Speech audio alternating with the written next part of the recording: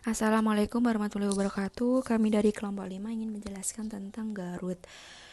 Kelompok kami ada Ajeng NIM 9, Anita NIM 20, Arina NIM 21, Okti NIM 65, Stania NIM 79. Kemudian yang pertama ada keadaan Garut, keadaan umum. Garut merupakan salah satu umbi-umbian yang penghasil karbohidrat. Garut tergolong tanaman tahunan. Kemudian Garut di Jawa Barat dikenal dengan patat, sagu, irut, arut, dan jelarut. Kemudian tanaman Garut berbentuk herbal yang berumpun dengan akar dangkal. Kemudian umbi Garut. Umbi Garut yaitu rizoma yang membesar dengan bentuk silinder.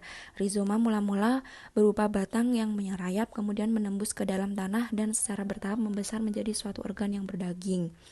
Rizoma Garut memiliki bentuk spesifik, melengkung seperti busur tanah. Panjang rizoma Garut sekitar 20-40 cm, diameter 2-5 cm, berwarna putih, berdaging tebal, dan terbungkus oleh sisik yang saling menutupi. Adapun klasifikasi ilmiah tanaman Garut yang dapat dilihat di slide. Kemudian jenis umbi Garut, menurut bentuk umbinya dibagi menjadi cerelo dan banana. Genus Maranta terdiri dari 23 spesies,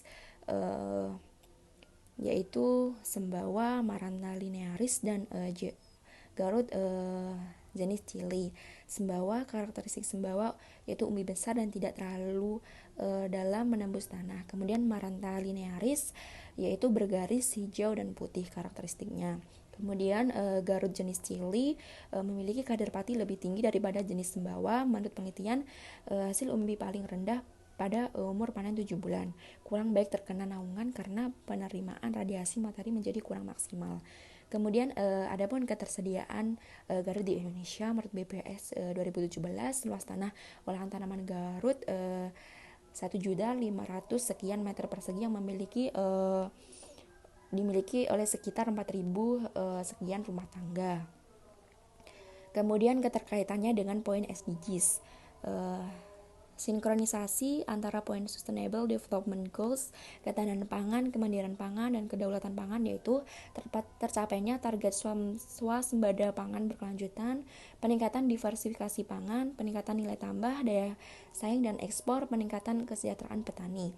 Keunggulan umbi Garut yaitu memiliki indeks glikemik yang lebih rendah dibandingkan gembili, kimpul, ganyong, dan umbi jalar, sehingga sangat baik bagi penderita diabetes mellitus dan kencing manis. Selain itu, iklim tropik Indonesia dan sifat toleransi naungan Garut membuat tanaman ini termasuk mudah dibudidayakan di Indonesia.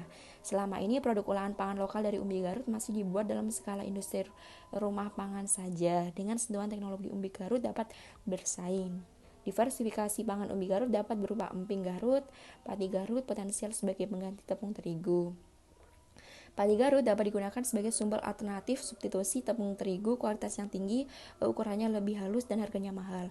Garut berpotensi komersial di pasar internasional karena 95% kebutuhan tanaman Garut dunia hanya dipasok oleh Amerika Tengah. Kemudian produksi umbi Garut belum intensif menyebar di seluruh Indonesia. Pembudidayaan dan penyuluhan intensif tanaman Garut seperti aplikasi pada tanaman perlu dilakukan untuk mencapai tanaman Garut sebagai pangan lokal yang berpotensi mencapai pasar internasional. Kemudian adapun kandungan gizinya dapat dilihat di tabel. Kandungan gizi masing-masing kultivar umbi Garut berbeda-beda dipengaruhi oleh umur tanaman dan keadaan tempat tumbuhnya. Umbi Garut merupakan sumber karbohidrat yang sebagian besar karbohidrat penyusunnya adalah pati. Umbi Garut memiliki kandungan mineral penting dengan kandungan kalium, fosfor, dan besi yang tinggi, kemudian serta kandungan vitamin B kompleks, terutama asam folat. Kemudian senyawa fungsionalnya yaitu umbi Garut merupakan sumber karbohidrat dengan indeks glikemik rendah. Kemudian manfaatnya padi Garut bagi kesehatan untuk mengobati penyakit pencernaan dan usus, diare, dan obat oles luka. Kemudian padi Garut mengandung butirat bersifat hipokolesterolemik dan hipoglikemik. Kemudian adapun kandungan fosfor dan besi yang lebih tinggi daripada tepung terigu yang sangat baik untuk pertumbuhan tulang gigi bagi anak-anak dan usia lanjut. Kemudian kandungan kalium yang berfungsi membantu mengatur detak jantung dan tekanan darah. Adapun kandungan asam folat yang penting dalam pembentukan DNA dan pembelahan sel, kandungan senyawa bioaktif fenol yang berfungsi sebagai antioksidan. Umbi Garut digunakan sebagai prebiotik. Umbi Garut mempunyai kelebihan dibandingkan dengan ubi kayu dan ubi jalar ditinjau dari sifat fisik dan kimianya. Kadar amilosa Garut hampir sama dengan ubi kayu dan ubi jalar, tapi tidak mengandung senyawa anti nutrisi seperti HCN pada ubi kayu, fenol dan oligosakarida pada ubi jalar. Kemudian adapun produk olahannya umbi secara umum termasuk cara pembuatan serta faktor yang mempengaruhi kualitasnya. Yang pertama yaitu pati Garut. Umbi Garut merupakan sari pati dari umbi Garut yang memiliki tekstur yang lembut, halus dan berwarna putih.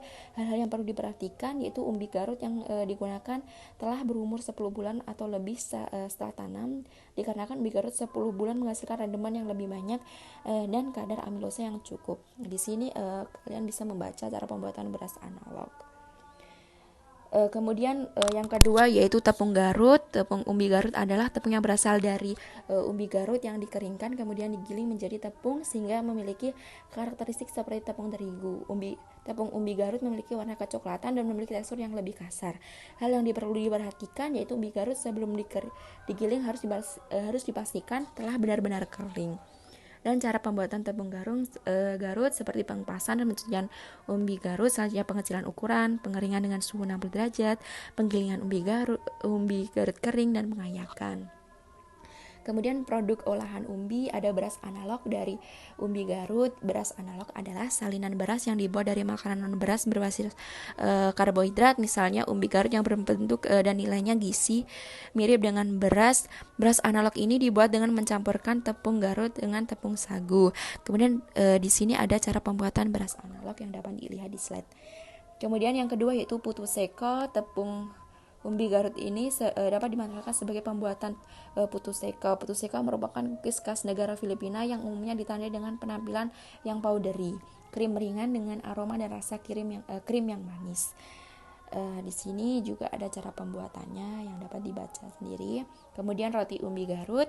Roti adalah makanan populer di banyak negara. Bahan baku pembuatan roti umumnya adalah gandum tepung yang terbuat dari gandum.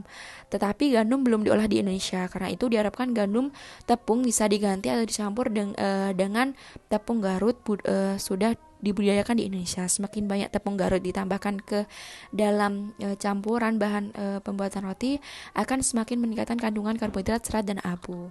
Kemudian cara pembuatan roti umbi Garut dapat dilihat juga di slide. Sekian dari presentasi kami. Apabila kurang jelas bisa dibaca kembali di dalam slide-nya. Terima kasih. Wassalamualaikum.